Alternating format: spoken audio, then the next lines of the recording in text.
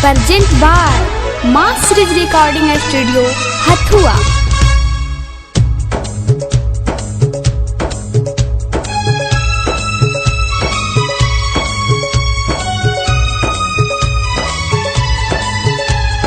आप सुन रहे हैं सिंगर असलम राजा की आवाज में।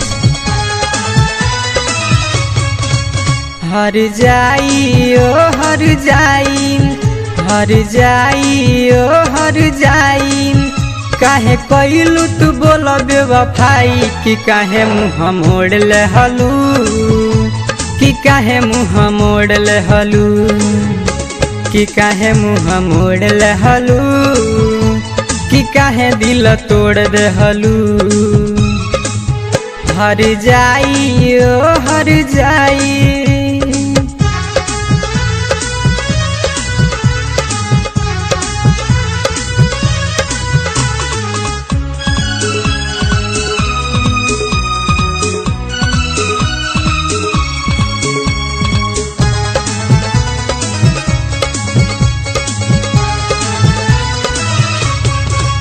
तू मामूल के गइल भुलाई, तू मामूल के गइल भुलाई, काहे ताहिर साथे कइल सगाई, कि काहे मुँह मोड़ ले हलू, कि काहे दिल तोड़ दे हलू, कि काहे मुँह मोड़ ले हलू, कि काहे दिल तोड़ दे हलू।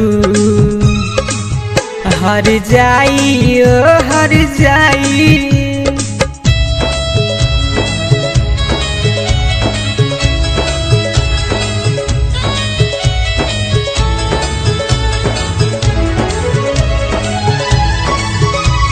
लिरिक्स भाई सद्दाम अंसारी।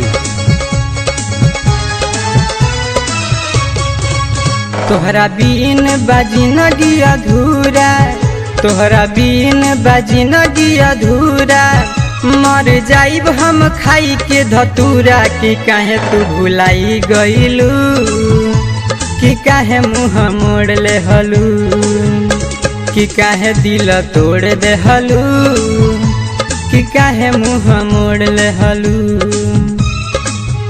हर जाई ओ हर जाई,